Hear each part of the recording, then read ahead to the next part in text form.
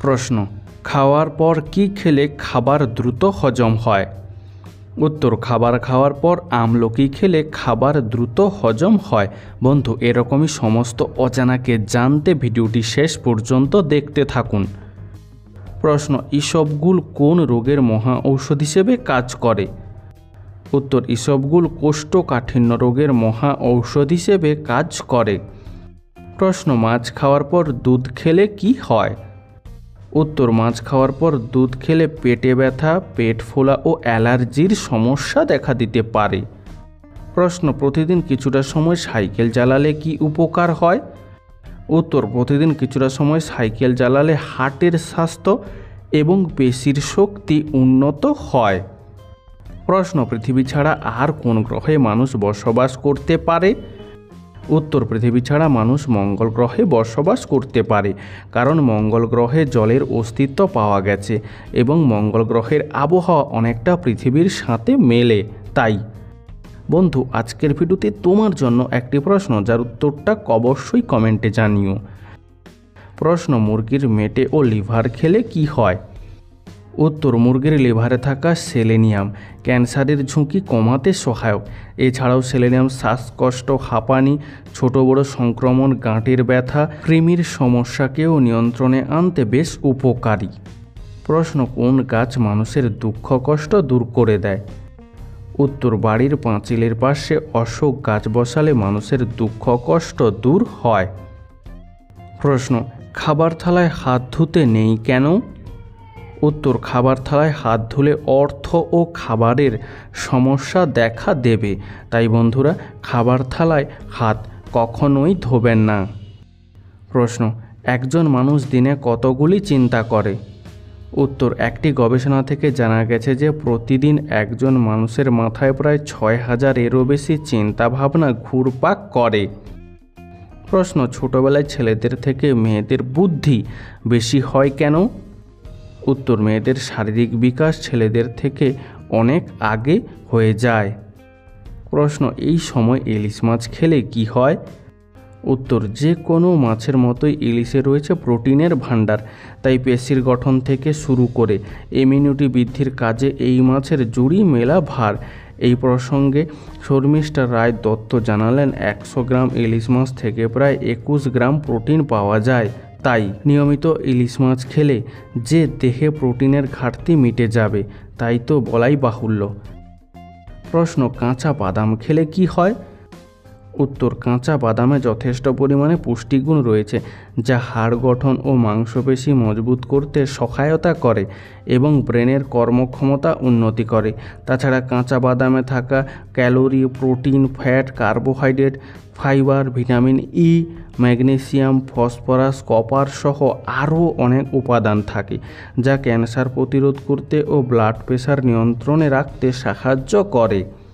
প্রশ্ন, 5G আমাদের শরীরের কি কি ক্ষতি করতে পারে? উত্তর, 5G আমাদের শরীরে ঘুমের সমস্যা তৈরি করে, স্ট্রেস বাড়ায় এবং শরীরের তাপমাত্রা বৃদ্ধি করতে পারে। প্রশ্ন, টমেটোর রং লাল হয় কেন? উত্তর, টমেটোর মধ্যে লাইকোপেন নামক এক প্রকার রঞ্জক থাকে, যার জন্য পাকা টমেটোর রং লাল হয়। প্রশ্ন, খালি পেটে ওয়ার্কআউট করলে কি হয়? উত্তর, অনেকে মনে করেন যে খালি পেটে ওয়ার্কআউট করলে হয়তো বেশি ক্যালোরি ঝরবে, তবে এটি সম্পূর্ণ ভুল ধারণা। কারণ খালি পেটে ওয়ার্কআউট করার সময় শরীরের শক্তি কমে গিয়ে তা ঠিকভাবে ওয়ার্কআউট করা যায় না, ফলে উপকারও সঠিক পাওয়া যায় না। তবে খালি পেটে হালকা যোগব্যায়াম করলে ইনসুলিন সেন্সিটিভিটি উন্নত হয়, ফলে ওজন কমানো এবং রক্তের শর্করার মাত্রা নিয়ন্ত্রণে সুবিধা হয়। প্রশ্ন, নিয়মিত লাউ খেলে কি শরীর ঠান্ডা থাকে? উত্তর, নিয়মিত লাউ খেলে আমাদের শরীর ঠান্ডা থাকে, কারণ লাউয়ের মধ্যে প্রচুর পরিমাণে জল থাকে, যা আমাদের শরীরকে ঠান্ডা রাখতে বিশেষ সাহায্য করে। তাছাড়া লাউয়ের মধ্যে রয়েছে ভিটামিন সি, অ্যান্টিঅক্সিডেন্ট এবং ফাইবার, আর এই উপাদানগুলি শরীরের রোগ প্রতিরোধ ক্ষমতা বাড়াতে সাহায্য করে এবং শরীরকে ঠান্ডা রাখতে সাহায্য করে। প্রশ্ন, পৃথিবীর সবচেয়ে দামি পাখির নাম কি? উত্তর, পৃথিবীর সবচেয়ে দামি পাখির নাম হলো হুইয়া পাখি, কারণ এই পাখির একটি পালক $28,365 মার্কিন ডলারে বিক্রি হয়েছে। বন্ধু, তুমি যদি এই পাখিটি দেখে থাকো তাহলে অবশ্যই কমেন্টে জানিও। প্রশ্ন, মুখে সাবান মাখলে কি হয়? উত্তর, সাবান ত্বকের পিএইচ স্তরের ভারসাম্য নষ্ট করে দেয়। দীর্ঘদিন ধরে মুখে সাবান ব্যবহার করলে ত্বকের পিএইচ স্তরের ভারসাম্য নষ্ট হয়ে যায়। ত্বকের পিএইচ মাত্রা হলো 5.5। সাবানের মধ্যে ক্ষার রয়েছে, যা ত্বকের ওপরের স্তরের এনজাইমের কার্যকলাপকে পরিবর্তন করে ত্বককে শুষ্ক ও রুক্ষ করে তোলে। প্রশ্ন, বেশি চিনি খেলে কি হয়? উত্তর, যে কোনো পানীয় বা রান্নায় একটু চিনি পড়লে খেতে খুব সুস্বাদু লাগে, কিন্তু চিনি আমাদের শরীরের জন্য খুবই ক্ষতিকর। রক্তের শর্করার পরিমাণ বাড়িয়ে তোলে চিনি, ফলে ডায়াবেটিসের আশঙ্কা থেকে যায়। এছাড়া হার্ট অ্যাটাকের ঝুঁকি কমাতে চাইলে চিনি না খাওয়াই ভালো। প্রশ্ন, নাচ করলে শরীরে কি উপকার হয়?